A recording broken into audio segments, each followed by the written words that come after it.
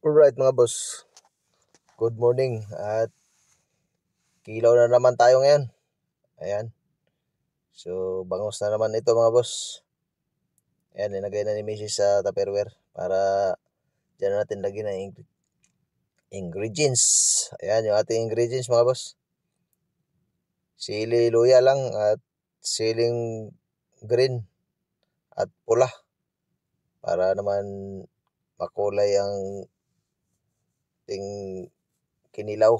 Ayan o, makulay siya mga boss eh. 3 colors. Alright. So, lagyan natin ng asin. Ayan. So, ayan. Sakto na yan. Tapos, suka.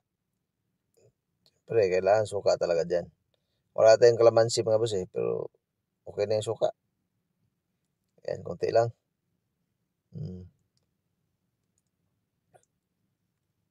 At lagyan natin ng pamintang wasak mga boss. Okay. Ayan, mikos-mikos. Para maghalo na. Halo doon sa ating kinilaw yung ingredients. Para lahat meron. Ayan. So, tikim time na. Ayan, titikman na natin dyan bago ang lahat mga boss. Pero ito pang lunch natin to. Babaonin natin. Ayan, so tikim na tayo. Unang tikim. Wow, ang sarap. Alright, thanks for watching mga boss.